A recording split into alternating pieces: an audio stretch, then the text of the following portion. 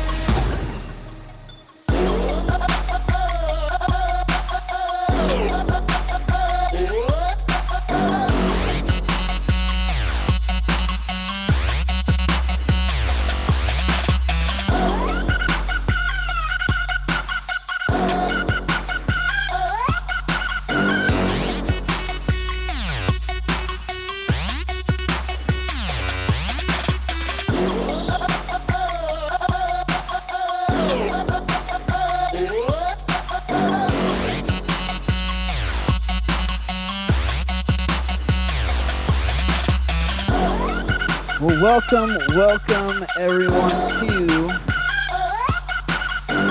Love Akron Live.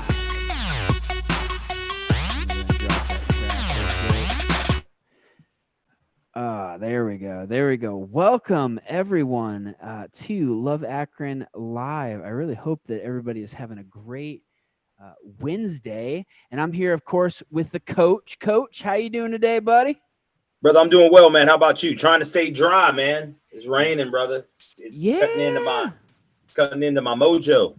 Yeah, and what you're referring to there is the fact that you walk in more meetings than anybody I know. And I remember you started this at the beginning of COVID-19. You're like, I ain't gonna get obese during this time. Yeah, man. Listen, man. Like this whole Zoom thing is dangerous, man. Like you'll find yourself sitting, man, for 5 to 8 hours, man, a day because you're on Zoom calls. And I made a decision really early in this hustle, man, that a lot of my Zoom meetings, man, I'm walking and I'm talking.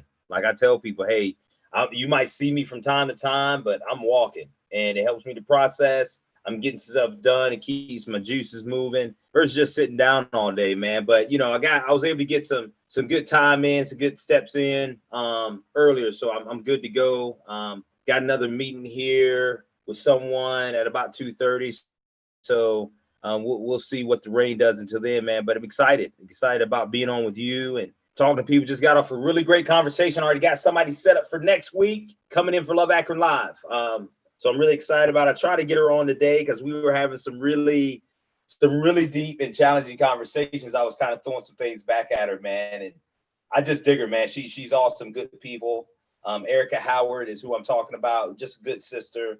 Yeah, we was having some challenging conversation. I said, hey, why don't you come on Love Akron Live right now with me? Let's continue this conversation on Love Akron Live. That's how we do it here at Love Akron Live. Yeah. You guys might think we have all our ducks in a row, and we try our absolute best to do things with excellence, but at the same time, we're about as agile as hey, let's jump on Akron. I love Akron Live because we want to be talking to real people in real times. Next week as well, to give you a little preview, that we'll be having Julie Slattery, Dr. Julie Slattery from Authentic Intimacy coming on.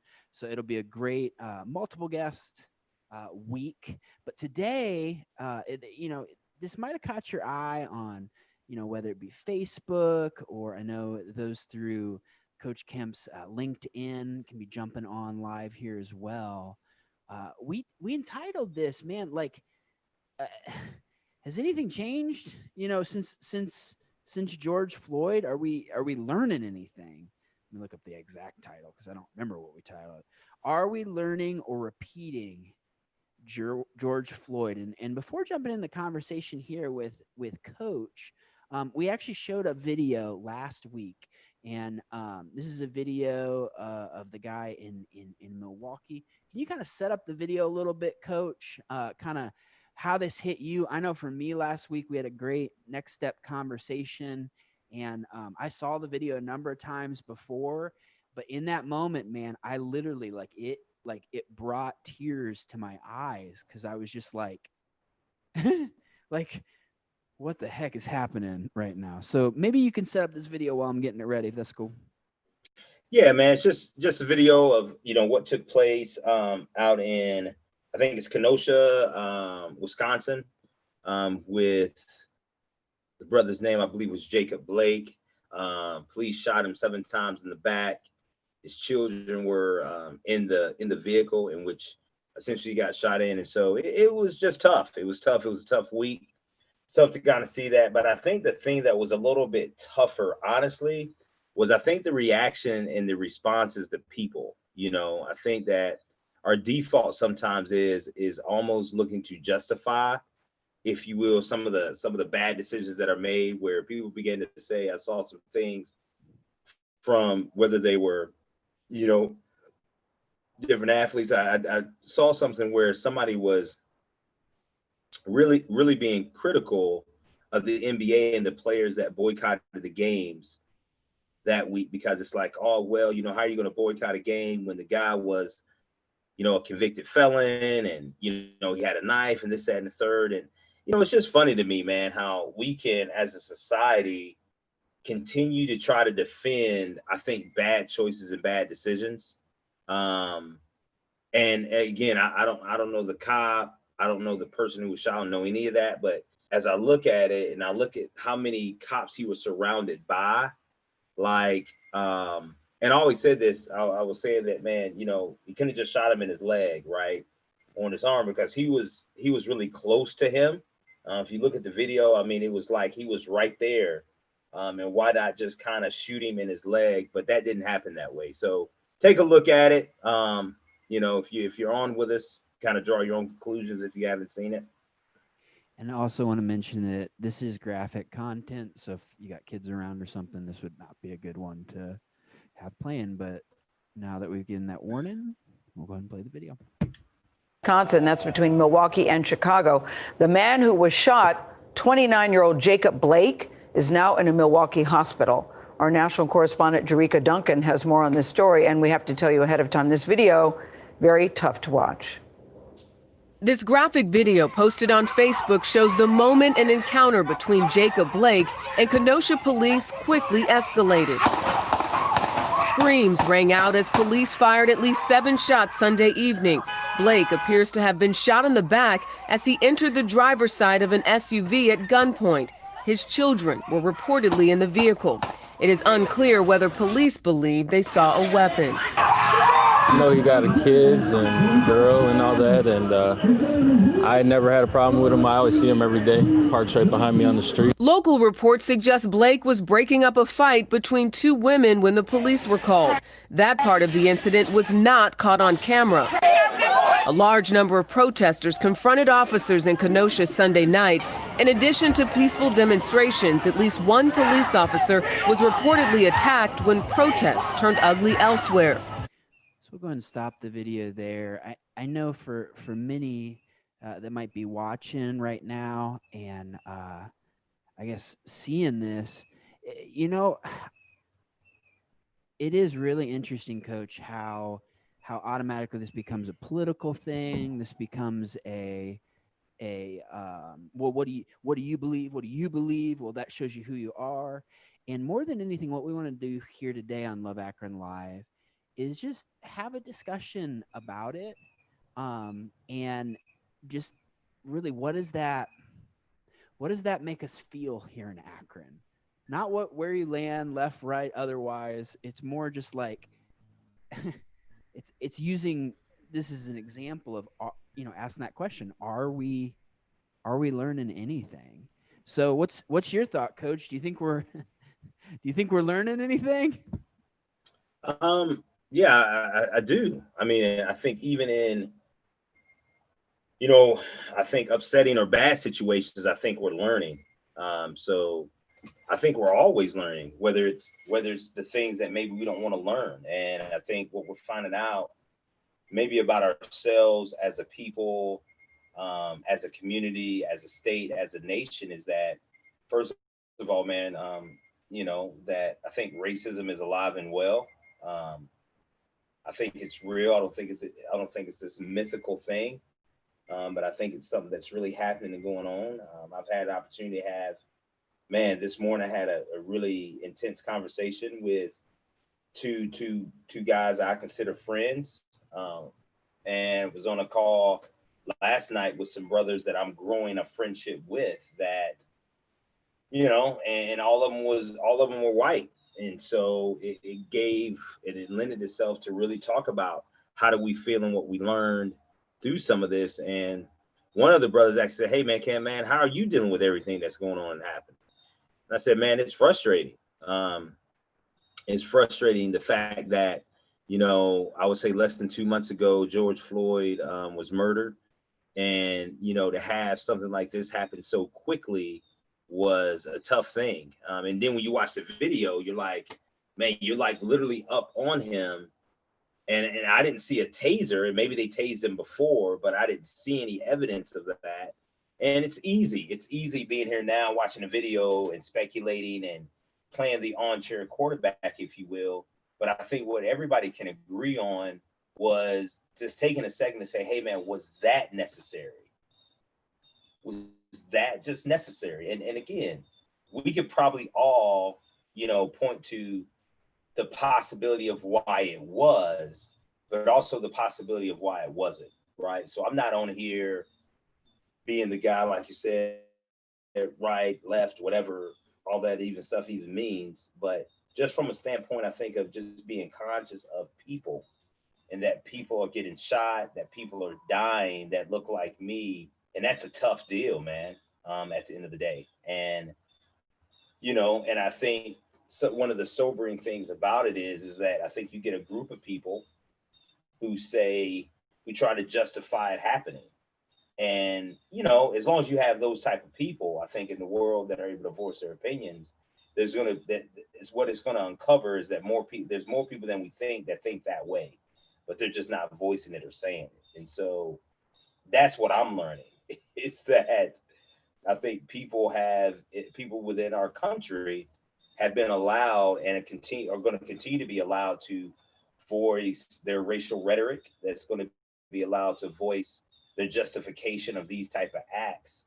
And what you learn is that, yeah, there may not be any hope in sight for these things changing, no matter how much we want them to. However, these things keep happening. And I think what everybody keeps saying is, well, what do we do? What do we do? What do we do about it? And I don't think people are really ready to take the action step of what needs to be done about it.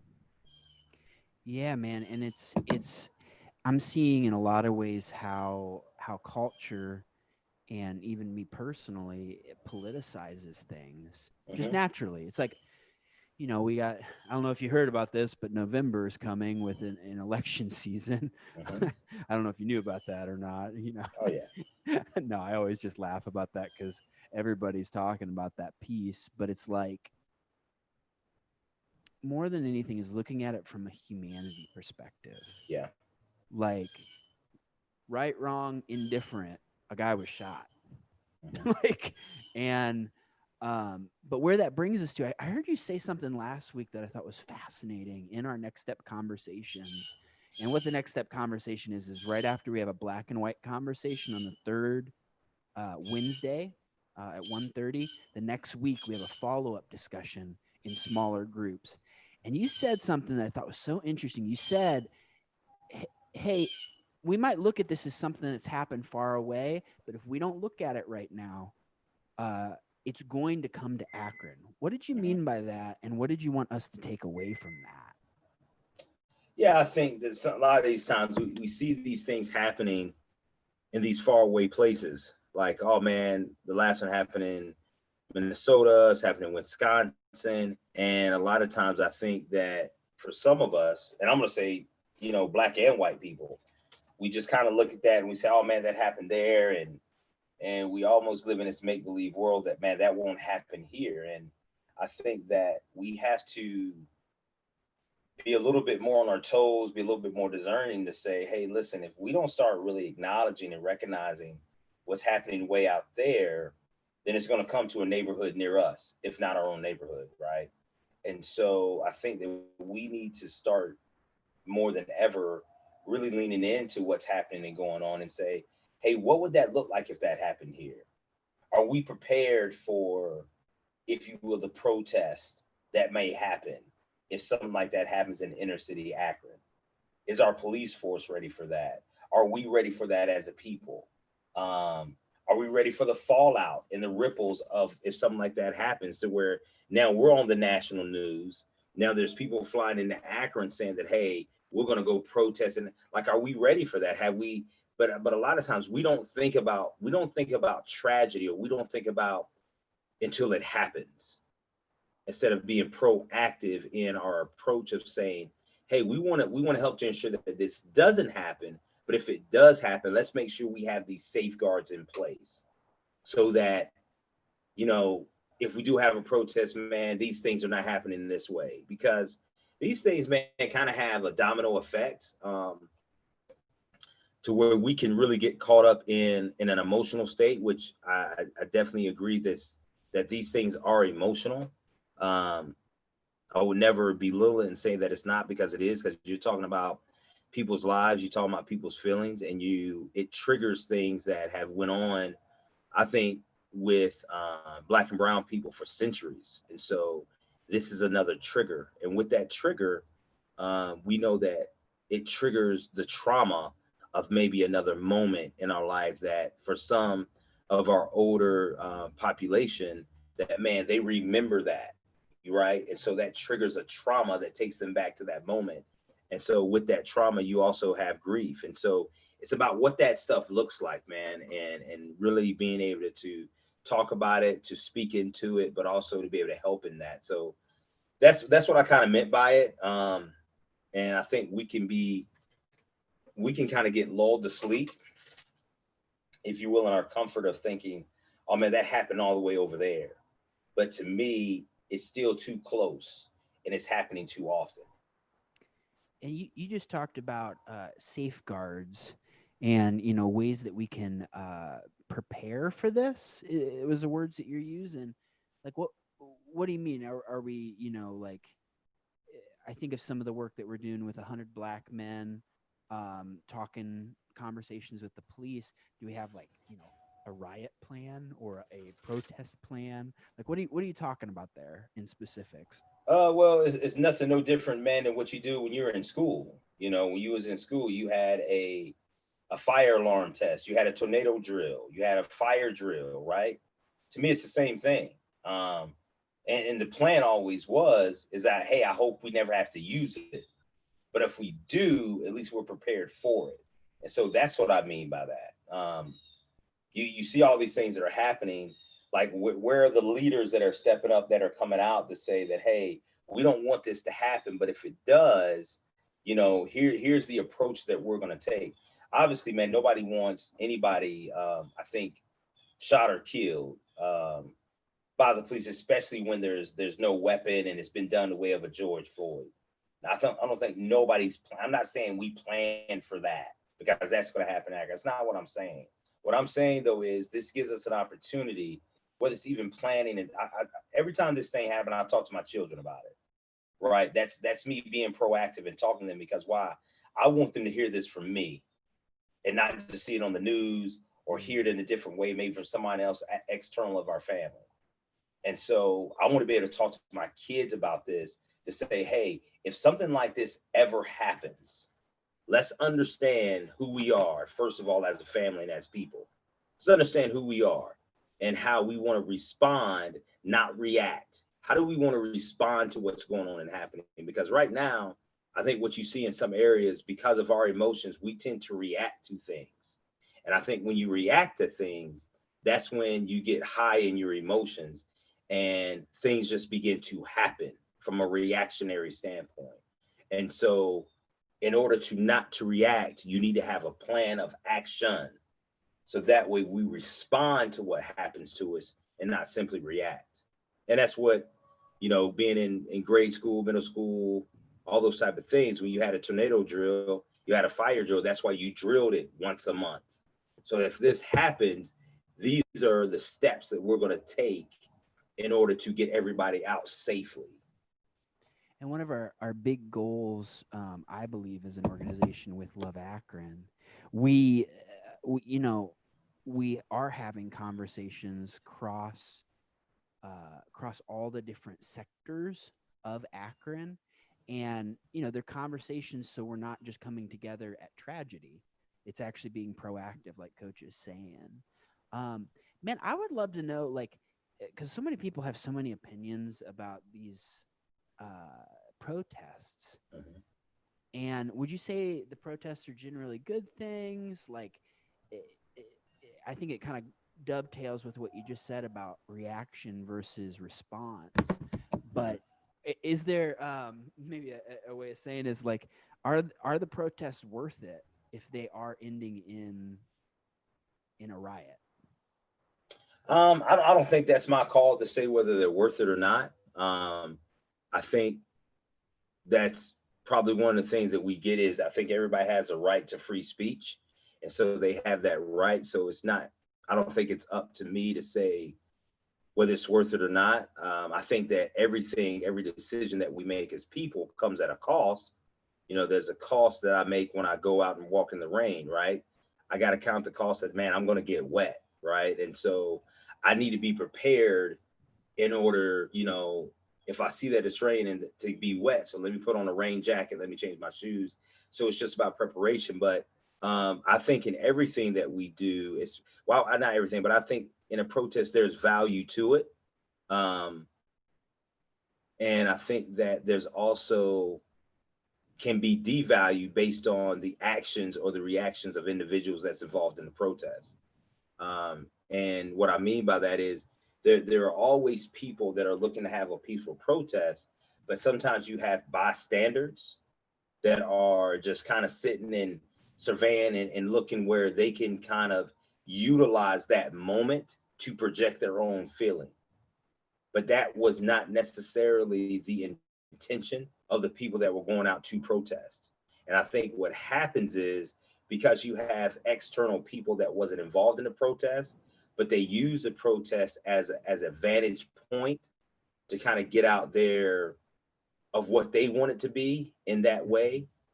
And so that's what happens. And so what people do is they say, oh man, well, the protest was bad. Well, the protest wasn't necessarily bad. It was the action of a few that led to it being that way. So I think it's unfair for us to say that, oh man, there's no value in it, or they're not good, or they're not well done, because sometimes it's just the behavior of a few that caused the protest to get out of hand. And so that's where I would say I think we have to be careful of how we do protest. If it is a peaceful protest or if it's a quiet protest, what does that look like? But also, again, preparing for, even in that protest, if something goes awry or if something happens that we hadn't planned, how are we going to respond to that? As protesters, as a city, as police, how are we going to respond to that? Because if I know ahead of time, again, if somebody, is to mail to our chief of police to a mayor to say, hey, listen, we are looking to have a peaceful protest on Saturday from 4 to 6. First of all, they've been made aware of that, right? They've done their due diligence. And what we define as peaceful is we define it this way. So this is what you won't see from us. If you see any of these things, understand those people are not a part of our protest. They are bystanders. They are external of the intention that we have. To me, that's what I mean by preparing and being prepared, right? And so that's why I wouldn't say, I think there's value in a protest. I really do. I think anytime you can show solidarity of a group of people to stand for something that they're unified in, especially when that group of people is not just necessarily one shape, size, or color, but when you see integrated, you see multiple different people in it.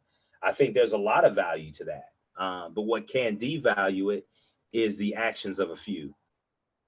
Huge, man. I was just reading an article actually by Steven Zunes, and he was looking at the name of the thing, if you want to Google it, is The Power of Nonviolent Action, where he broke down really not completely comprehensive all of it, but just saying like the amount of cost that comes from violent action compared to protests. And I'm going to probably jack up the stat, but it was something like 52% of nonviolent action was helpful, while, statistically 23% of violent action didn't actually create change. It just created more of a problem. Yeah. And yeah, man, it's interesting because it is hard things to talk about specifically, and people have high emotions about this and should, in my opinion. What would you say to somebody that is like, I'm feeling all these things, man. I don't want to respond. I want to react. Because for me, as the ignorant white guy, I'm like, yeah, that kind of makes sense in some ways to me, that people would be mad about this and should be. And once you awaken this lifetime of grief because of systematic racism, it doesn't surprise me that it comes out in forceful ways, if you will. So yeah, no doubt. What would you say to him? I don't think it'd be, that's a good question because I've never been approached with that one, so I don't know what I would say. But I think we have to look at the cycle and the stages of what gets someone to that point, right?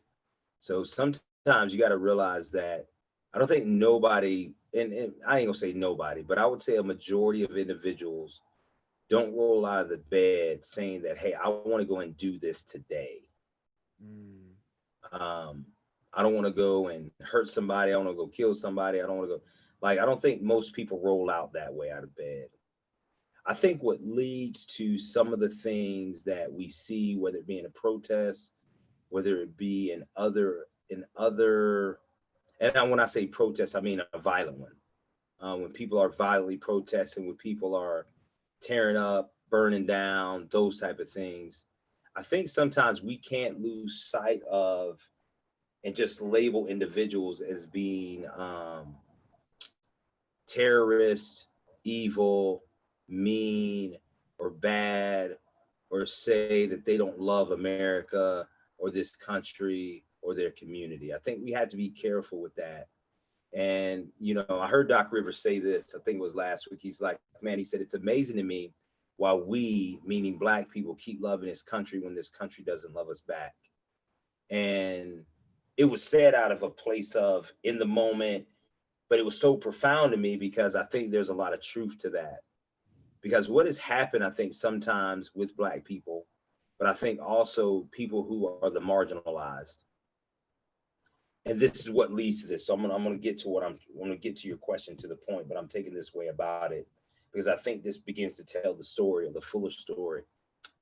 We were on a call last night, man, good brothers, and the brother was talking about poverty and how poverty begets some of the criminal activity that we see, because what people feel is they feel hopeless. They don't feel hope.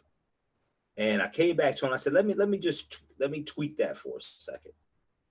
I said, when you talk about hopelessness, if I feel hopeless in a situation, what is that going to cause me to be or to become if I feel hopeless? I'm asking you that question, Ben.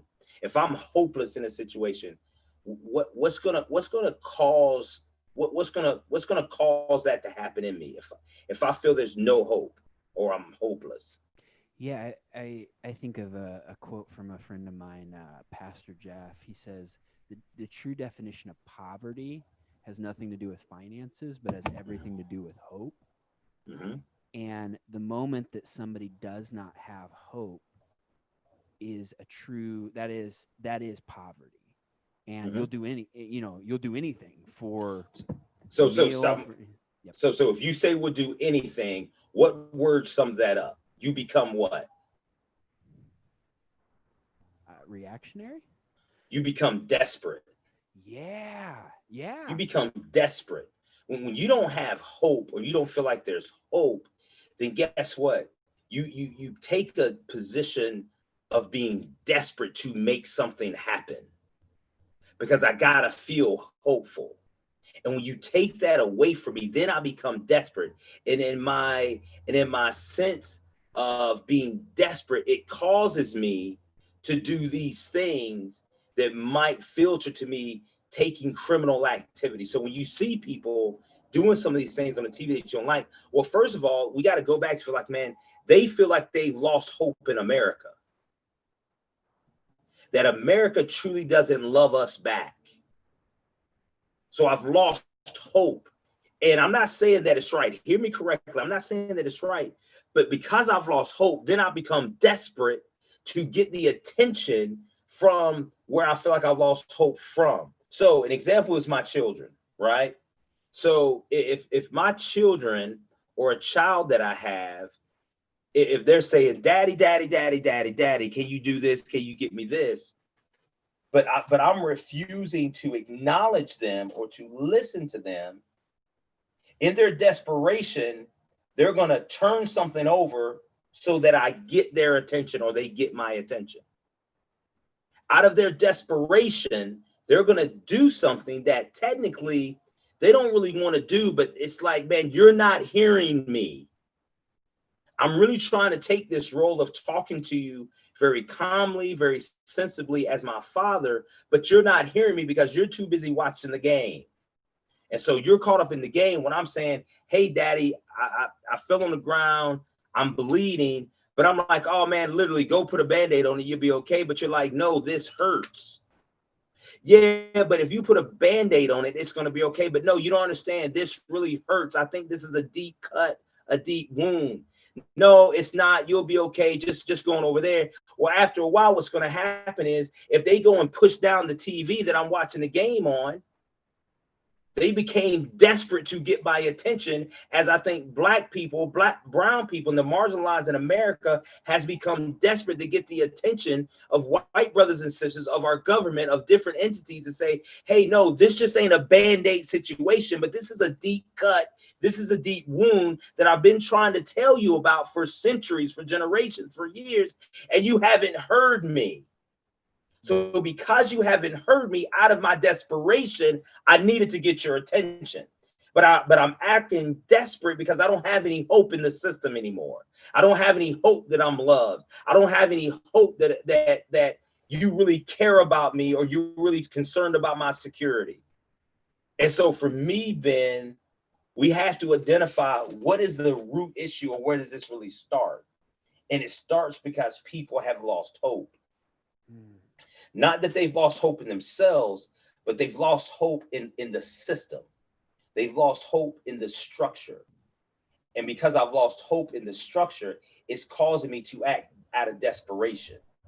Not saying that it's right. Hear me, people. I'm not saying that it's right. I'm just trying to give some insights on what it is that we do see and give you some understanding on why people are maybe acting or conducting themselves that way because they don't feel like they're being heard. And if I'm not being heard, then I'm going to respond or react out of desperation. And that's kind of the pattern of things, right? It's just that nobody wakes up and says, hey, man, I want to go be a criminal. Yeah, right? everybody does that. But it's because the system has placed me in this redlining situation when I may be a father that has children. I'm just trying to feed my kids, but I've went on job interview after job interview, and I haven't gotten a job. But the job, that only job that I will get is a minimum wage job. And what I'm saying is I can't afford to take care of my children on this. But what people will say is, well, stop having kids. Well, you should have thought about that before you started having kids, right? See, this is not just a simple solution. It's not just a simple thing. It's saying, oh, well, stop having kids or go work harder or make better decisions. No, now I'm in this situation and I am trying to do better for myself, right? But all that's being afforded to me is a minimum wage job. And so I go and work that job over time and over time and over time. But what I realize is that the system has been set up in a way that, man, I can't advance because maybe I only have my GED or maybe I only have my diploma, right? Because, man, due to circumstances, I'm in this position, right? And so now, because I'm desperate to take care to do this, but I see but in my environment, what I see is I see cats out here making their money on the corner who's getting X amount of dollars a day or a week. And, you know, they're riding around, got rims, got all these different type of things. But I'm walking home or I'm on the bus with my McDonald's suit on. No, nothing against anybody who works at McDonald's, man. But I'm talking about what I want to give the example of how people become hopeless. Therefore, they start having desperate actions. And this is one of those ways that it happens, is that, man, I feel desperate or need to provide. And yeah, it's not as easy as saying, well, just keep on doing that. Just work harder. You're going to get your chance and you're going to get your break. Well, that's easy to say when you've had breaks all your life. That's easy to say. It's the yeah, which is privilege, which is benefit, which is advancement, whatever words you want to use. Yep. So we have to be honest about that, how the system has been put in place to oppress a certain group of people, which are brown and black people. And when we can acknowledge that, we can stop kind of talking as if, oh man, that doesn't exist. Yes, it does. And so you rob people when you're oppressed for years, for centuries, you rob people of their sense of hope. You rob them. You rob them of that. And now what you've conditioned me to do is you've conditioned me to hope not within myself, but to hope outside of myself. So I'm hoping in whoever the next president's going to be, whoever the next politician's going to be. So now I'm supposed to hope in this person that tells me this is what all they're going to do for my community, right? Which may or may not happen. And if it does happen, it happens 3 or 4 years after they get elected. So now they got to get reelected. And so they reintroduce all those other things of why they wanted to be elected in the first place and say, hey, and so now I'm hoping in an America that I'm not even sure if they love me back. So now you've put me in a position to where now I got to take things under my own demise because why? I got to get America's attention. I got to get the politicians' attention. I got to get this person's attention. And again, people, I'm not saying that it's right. I'm just trying to give insight here. Yeah, and this is a great quote from Martin Luther King. A riot is the language of the unheard. And I think that's the point you're making, is that it's not saying that the riot is a good thing. It's seeking understanding. Yeah. Why the riot is actually happening. Joe Tucker, our buddy, shout out to South Street Ministries, is on here, and he said, "Can you speak to legal changes in policing policies that have been enacted or still need to be addressed, like qualified immunity?" And this is to you, Coach. Yeah, Joe's a deep dude. So no, Joe, I've never even heard of qualified immunity. I don't know anything about some of the policing changes. I know right now a big hot button topic is having a citizens review board, which I think would be essential and important. But it was something that was sent to me today from a buddy of mine that I thought was really interesting. And the article is entitled, "Here's Why Police Don't Shoot to Wound in Cases of Deadly Force." Because remember what I said is, why they didn't just shoot him in the leg? And so what this article is saying, and Ben, I'll send it over to you. That way people can read it. But it says they gave like reasons why, like why doesn't that happen? And it says, and I'm gonna state the second thing that it says, why not shoot to wound instead? Question mark. Well, the second reason is, the most importantly, it takes a skilled marksman to hit someone exactly in the arm or leg, and most officers are not skilled marksmen. So if we want to talk about training, man, let's get our officers trained in hopefully becoming or being skilled marksmen, to where they don't feel the need to have to unload the clip, if you will, in someone's back. But let me be skilled just to, shoot them in the shoulder, shoot them in their legs. So those are some of the things that I think, with having maybe a citizen review board, that can bring about these type of discussions and these type of issues. Plus, what it does is it presents a collaborative effort between the community, but also the police department. So, Joe, I'm sorry I couldn't get down deep into your first question about the immunity, but I think it's a great question. But I would love to hear more and talk to you more about that on a personal level, Joe. Yeah, anytime we have meetings with Joe, I love talking to Joe, but there's some times he's saying stuff and I'm like, I don't know what he's talking about, but I think he does, which is really good. So we'll definitely circle back around to that, Yeah. Joe. What I see that you're advocating for here, Coach, is conversation. Why? And I know anybody who jumps on our live streams on a normal basis is going to know this quote from Bishop is it's valuing the conversation. Like, how does elevating the conversation beyond, oh, that's just the left wing thing, or oh, that's just a right wing thing, or down with the police, or fill in your blank on movements right now. Like, how is conversation key to helping those that feel unheard not only be heard, but also have action and positive growth in Akron? Say that again. It's this idea of, like, how does valuing the conversation, elevating the conversation, actually treating people as people with opinions and thoughts and feelings, how does that in Akron, like, how does that start to move the system towards something good instead of towards something bad? Ben, I think it just goes back to us being willing not to devalue the conversation and really be able to talk to one another and listen. Not listen so much with our ears and with our head, but man, sometimes we got to listen with our heart. And I know, there's not a lot of feelers out there. We get a lot of these intellectuals, and we try to, strategic plan to death, all these different things. And here's what I'm saying. There's a time and a place for that type of stuff. But at the end of the day, man, if these things that we see going on in our communities, if it is not having us feel deeper about each other and about human beings, about marginalized people, about people who don't look like us, then I would say that has to start there first. We had to start feeling different about what's happening. And I think these things continue to happen, man, because we haven't felt different about it. We just kind of said, well, again, we went back to justifying, and well, maybe this, maybe that, or people get stuck in this though, Ben.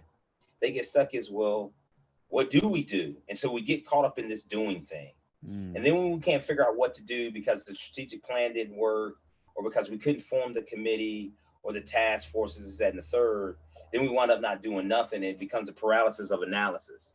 Like we've overthought it to death, when really, man, it's just, no, man, why don't we just sit down and have a conversation and just really let me hear how you're feeling about this. And I think we've lost that as a people. I think we've lost the human side, or the humanity of all this. I think the reason why so many people, if you will, became woke or think they were woke for George Floyd is because you saw someone who was a human being literally just dying on camera in front of us. And you know how demasculating that is? I mean, just to witness that and to see that, and you have to rewatch it and say, hey, man, this really can't be happening. this can't be real. This can't be true. And we felt, right? We felt, I would say, I would give us as a country, we felt for a solid, maybe month and a half. Which is more than most tragedies, it seems. Yeah, we felt deeply. We felt deeply, man. Like, man, you know, you get so many calls. People want to do something. How can we? And they felt deeply. But then it was kind of like, okay, I'm fatigued in talking about this. Are we still talking about this? Is this still happening? Are we still talking about this race thing? You sure you still want to have this conversation? Aren't we past that? Right? And so we have to be able to feel deeply. We have to be able to affirm one another. We got to be able to meet each other on common ground. If we can do those things, then I think we can really make some true inroads. Man, that is just the truth, man. And that's actually why I share this picture real quick, is joining us for the next Black and White conversation. And this is on September 16th, 1:30 p.m. And you can, I'll put the link in our stuff so you can sign up for it. Because complex problems need complex solutions. No doubt. Everything that we're talking about here, guys, is it's complexity. Like, Coach, I wish there was like some kind of like button that we could push and it would just reset it all and it would all be good. But that's naive thinking. Yeah. Last time I got in a fight with my wife, it wasn't just a one button thing. Like man. Doesn't work that way. Not at all, man.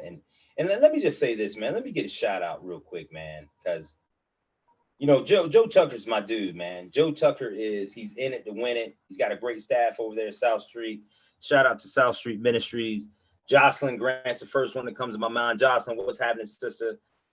Did a great job in our very, very first Black-White conversation. She came back to help to moderate our next step conversation last month. And hopefully we can have her back all the time.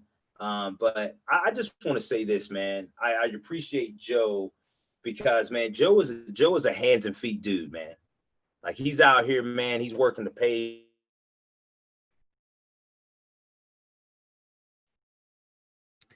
Might have just lost Coach there. Hopefully he's coming back in just a moment. But as he is doing that, I do just want to point everyone to whether it's the Kenmore community. Oh, there you are. You are back. You are back. So whatever you just said for the last couple minutes from Joe's a good dude, haven't heard you since then. So my bad. So but Joe is a good dude. I just want to talk a little bit about what Joe and Project Ujima, what they're really leaning into and working on as far as like these two communities. Like, we have Summit Lake and we have Kenmore community, and really what kind of separates us is that lake, right? But it's still along Kenmore Boulevard. And so I love that they're stepping into the deep to really know what's going on in these two communities, but really leaning into some of the lineage, if you will, or the past of these two communities. And how can, what's the story behind these two communities? And also, what are some of the heritage that these two communities combine?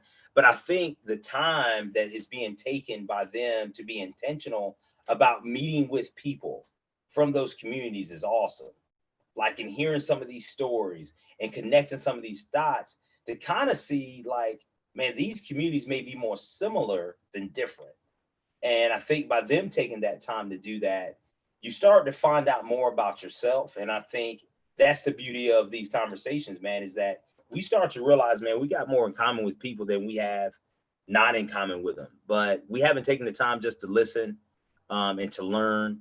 And then, we position ourselves to be able to lead really well together. And so that's kind of our place. That's our mantra. That's what we want to do. But I want to give them a shout out, Project Ujima. Thank you for all that you do in the community as well. They do really good work with their unity circles and just taking that time of peace and of rest to really dialogue and see eye to eye with people. Those things are going to be really great. And so we're just looking forward to whatever role or part we can play in that and just being a part of it. So I'm excited to be a part of that with them. And yeah, just good stuff. So glad you're on, Joe, just kind of listening. And for everybody that's out there listening, man, thanks so much for being on with us. This is always a great time for us to kind of just be on and to talk and to just to debrief about what's going on. So I never want to apologize behind being, man, because this is a platform that we get to really be able to talk and to express ourselves. And big shout out to Ben, who makes all this possible for us. He does a great job getting it set up, making me look great, making me sound great. So if you take whatever things he got on, I might not sound as good as I do, but you know, man, it's always been, man, I'm just excited, man. You know, I'm excited to be able to love Akron in this way. I'm excited to be able to do this with you and our whole team. Shout out to Lori Porter, who holds us all down, does a great job with us. And to our board, to the board at Love Akron, our board chair, David Beasley, man, who is my guy. Love him, love him, love him. Does a great job helping to mentor me. Big shout out to Bishop. Shout out to Pastor Jeff Bowe, Pastor Tim Armstrong. It's funny, man. Pastor Tim Armstrong, he texted me earlier because he was on vacation last week. I think he went hunting, man. So I asked him, man, how was hunting? He said, man, it was a great time, man, but I didn't catch a thing. So was that Pastor Tim, you said? Yeah, Pastor Tim Armstrong. So it's just good. Man, it's good to get to know people on those type of levels, man, that, you know, because I don't hunt, man. You know what I'm saying? I don't hunt nothing. Oh, dude, me right? Neither, man. You know, I do my hunting, man, in my refrigerator and in my cabinets and at the grocery store. That's about it. So, but just shout out, man, to many more, our mayor, our chief of police, man, 100 Black Men of Akron. Thank you guys so much for what you're doing for everybody, man. Just excited, man. Just excited about what's happening, going on. This is a productive month for us at Love Akron, man. We got so much stuff happening and going. We got the black-white conversation. Then we got where do we go from here? Part 2, man. The very next day. Then we got our annual breakfast on the 29th, man. We are just rolling, man, and we're excited about it. But it's time for us, I think, to get off because I got to get to another thing. No, it's good, man. It was funny. And sorry for everybody. I'm trying to put in links as he's talking to things. And then I realized Coach is thanking everybody in the entire world. So I don't know if I can link every person. But yeah, that Ujima thing, man, we're actually starting, we're starting interviews, I think next week with the community for video stuff. And it's going to be great.